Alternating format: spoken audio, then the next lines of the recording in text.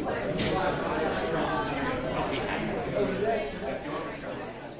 here. This is going to go to Dick Greco. Let's take a moment to talk about the last 8 years at City Hall. We've all heard and read you praise Mayor Pam Iorio, in particular what she's had to do with dwindling financial resources over the past 3 years.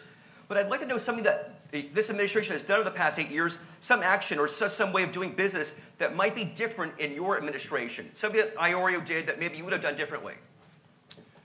Actually, just about everything you see that's been happening with a half-penny sales tax, and you deal with what you're dealt. As I said earlier, the deficit this time is tremendous. And to Mayor Iorio's credit, had she not put money aside for reserves, more than normally would have needed, you'd have been in trouble this year. She's done a great job with what she was dealt. When I was mayor, I looked back at some of the numbers the other day. Our unemployment rate, the best year, was 2.9%. You know what it is now? A little over 12.5. So you're dealing with what happened all of a sudden. Nobody could have foreseen what she's dealt with in the last year or two. It's been really tough. All of our ad valorem tax doesn't even pay for the police department. It's gone down 25%. Excuse me, Mayor Greco, I don't mean to interrupt, but I just do want to know if there's anything different. Maybe not. Maybe you wouldn't have done anything different. Than she's done? Yeah. You could only do what she did. What could she do the last couple of years? Okay. But hold on for dear life and hand up to us a budget that we can hopefully Thank you. budget. All right, Thomas Scott. Well, I think, to the mayor's credit, she's done a very good job, and I give her credit for that. I think, though, I think our mayor has governed cautiously when it comes to other projects, and I would govern a little bit different from the standpoint of really going after jobs, going after new companies, taking a leadership role in that, being out in the forefront. There are times that you have to step out on faith. Some of us call that a risk, take a risk, but a calculated risk, so that we can go after those projects that are very important, jobs that are important. So I think as a leader, and that's part of vision. That's part of vision, having a vision, seeing that vision, and trying to make it become a reality. Amen, brother. That's what vision is all about, having a vision and trying to fulfill that vision, going after it with all you have, with all your energy, with all your strength, with all you have, because you believe in that vision and you wanted to make it real. Thank you. Ed Chiranchik, would your vision be different than Pam Iorio in which ways? Yes, it would. I don't know about the vision. Okay, just different actions that were done in the last 8 years. Yeah, last 4 years. yeah, I get that. I would have been more aggressive on economic development, more aggressive on marketing, more engaged in the Committee of 100, now the Economic Development Council. You know, as you reported, I wasn't really happy about the transit plan. We'll get to that shortly. Yeah, well, I'll reserve on that. I think she did a really good job of investing in neighborhoods, but we didn't get around some of the entanglements on development regulations, how they impede small businesses developing in urban neighborhoods. In fact, in 30 years, no administration has, and I propose a thing called Places and Spaces, which we may or may not talk about. But it's really important to be able to facilitate small business entrepreneurship in our traditional neighborhoods, because that will make them complete. And I think the Kaufman study said last year that big companies lost 1 million jobs, small startup companies created 3 million jobs. So we got to create that culture where there's, did you hold up? Yes, Stop. Yeah, I'm sorry. Okay, your time's up. Oh, Bob Buckhorn. Mitch, I think, hold my time. I think they were applauding because they told me to stop. Oh, okay. Mitch, I think Mayor Iorio has done, even though she beat me, has done a wonderful job in terms of managing this city through some very difficult times. I think she cleaned up and set a tone for an ethical behavior that was desperately needed. I think she was a great manager. She streamlined the departments. She eliminated some of the fat. She privatized some of the things that needed to be privatized. The city that I will inherit is lean, it's mean, it's ready to go. We need to keep it that way. I, like some of the others up here, I think would be a lot more aggressive about burning political capital. I mean, I'm here to take this city to the next level. I'm here to make this the city that everyone in America talks about. You can't always do that by being cautious. So you have to be aggressive about recruiting companies. You have to be aggressive about streamlining the process. You have to be aggressive about making this a place where people want to come and do business. Because it doesn't just happen. It requires mayoral leadership. And you have to set a tone and a tenor, not just ethically, But in terms of what the core missions of the city are, and in my administration's core missions are going to be job creation and economic opportunity and strong neighborhoods. They're All intertwined. right, thanks, Bob.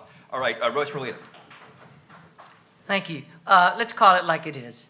Pam Iorio and Rose Ferlita are very strong-willed, strong-backboned people.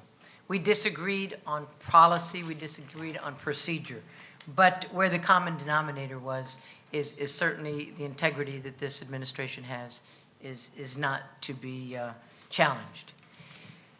Iorio coming in when she did and being dealt the hand she had and the economy dropping like it did, her focus at the time was stabilizing and sustaining the city of Tampa. And that's well and good. We got through the budget.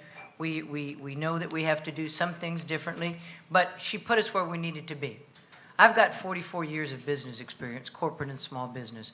Obviously, my focus is going to be different. I'm going to take the expertise that I gained in those two arenas, treat this like a business, make the hard decisions that are going to be coming my way, and move forward. Yesterday, we were asked who was ever the best mayor. Every mayor contributes something.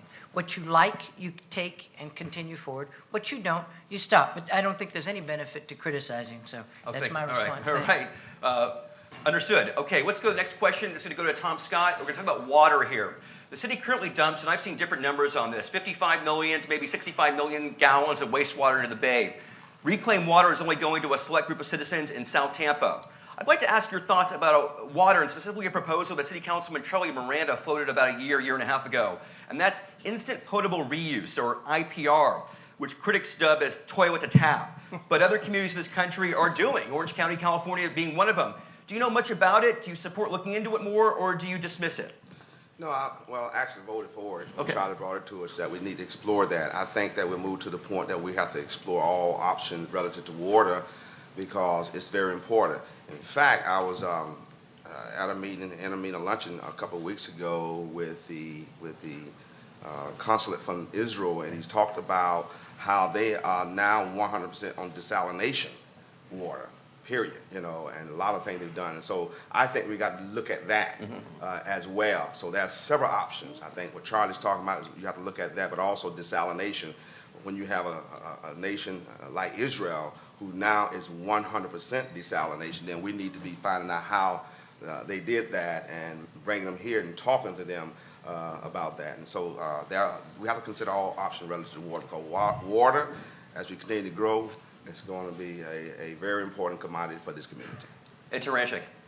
Well, a lot of people know I was led the effort to end the water wars and bring on $1 billion of projects. The mayor talks about community investment tax.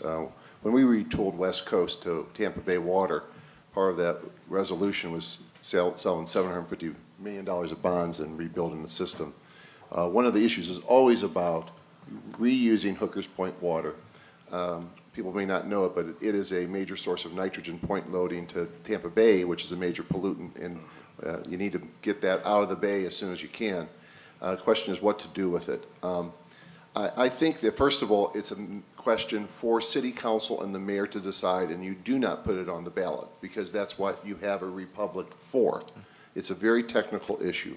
Second of all, I went to college at the University of Cincinnati, and I'm sure that the water that we were drinking there came from Pittsburgh somehow, down the river. So it can get a bit hysterical. So I think that we need to think about it, and I think be rational about it and be grown adults about it and figure what the best way to do it is. Bob Buckhorn. Mitch, I mean, we're dumping 70 million gallons a day into the bay, and to Ed's credit, he was at the forefront of the water issue a number of years ago, and largely the system we have in place now is because he led the effort for it, and he was right at the time, and he did a wonderful job. But the opportunity, I look at it as a commodity.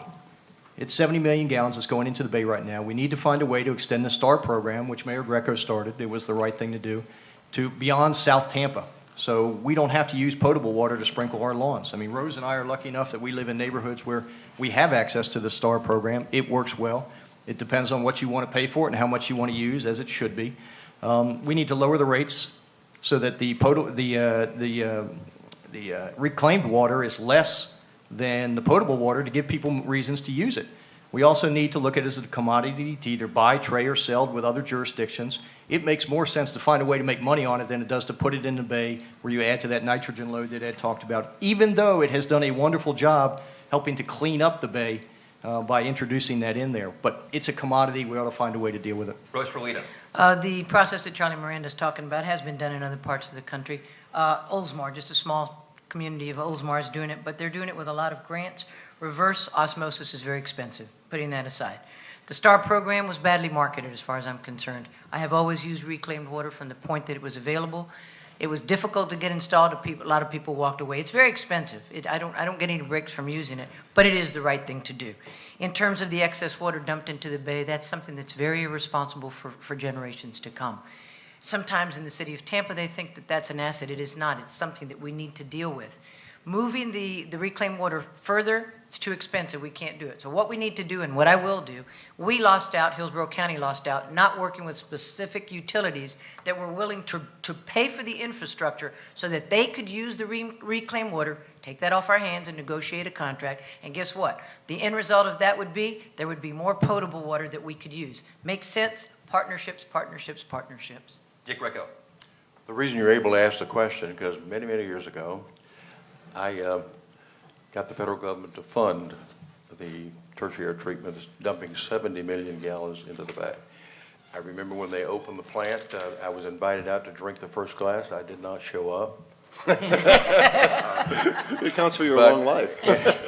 In all seriousness, I think we're going to have to pump that back and mix it with water and use it someday. If not, the water rates are going to go through the sky. I put Charlie on the water board. He knows more about it than anybody that I know of.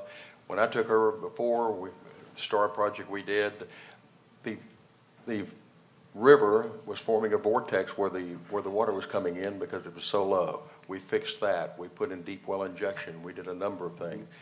I secured the money that cost as much as the airport. I wanted to put the manhole covers in glass so you could see something flow by. No one even understood what that was in those days. We're talking about it today because it was done then. All right, Look thanks. back sometime. Thank you, Dick Recco.